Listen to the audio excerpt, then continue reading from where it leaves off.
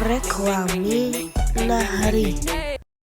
Tak, a teraz si predstav, že je vonku pekne, svieti slnko, ty sedíš v tráve, hraješ napríklad Block Blast a zrazu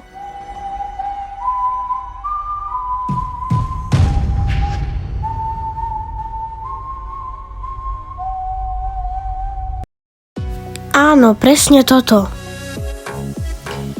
Na prvý pohľad úplne obyčajná reklama, no skrýva sa za tým niečo omnoho viac.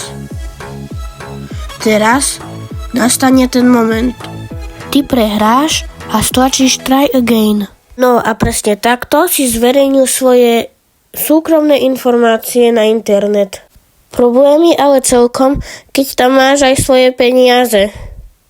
Ale ak si chceš náhodou zarobiť späť tieto svoje peniaze, mám tu pre teba riešenie. Táto reklama, ktorú si môžeš zahrať, ti umožní zarobiť si svoje peniaze.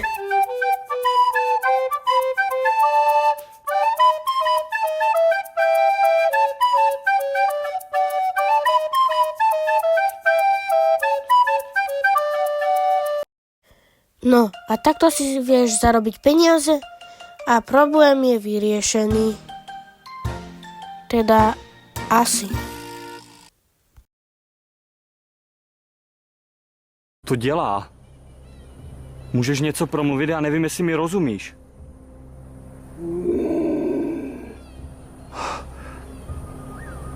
Co to říká?